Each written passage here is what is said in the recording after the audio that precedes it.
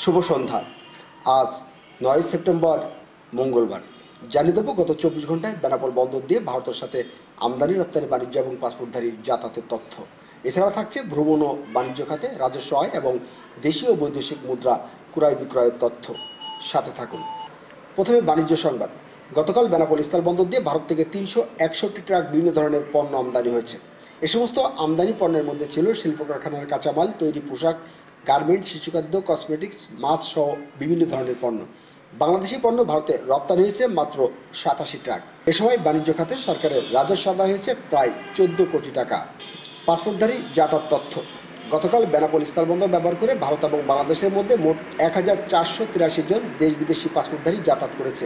এ সমস্ত পাসপোর্টধারীদের মধ্যে বেনাপোল বন্দর দিয়ে ভারতে গেছে 907 জন এবং ভারত থেকে ফিরেছে 576 জন। এ সময় ভ্রমণ খাতে সরকারের রাজস্ব আদায় হয়েছে প্রায় 13,50,000 টাকা।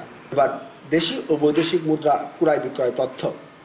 স্থানীয় মানি চেঞ্জারগুলোর তথ্য মতে আজ বাংলাদেশি 100 টাকার বিনিময়ে ভারতীয় রুপি মিলেছে 73 টাকা 20 পয়সা। অপরদিকে ভারতীয় 100 রুপির বিনিময়ে বাংলাদেশি টাকা পাওয়া গেছে 137 টাকা। প্রতি ইউএস ডলারের ক্রয় মূল্য ছিল 124 টাকা এবং বিক্রয় মূল্য 125 টাকা। সাথে থাকার জন্য ধন্যবাদ। নিয়মিত এ ধরনের তথ্য পেতে যুক্ত থাকুন আজকের কথা ফেসবুক পেজের সাথে। সে পর্যন্ত সবাই ভালো থাকবেন, সুস্থ থাকবেন। আল্লাহ হাফেজ।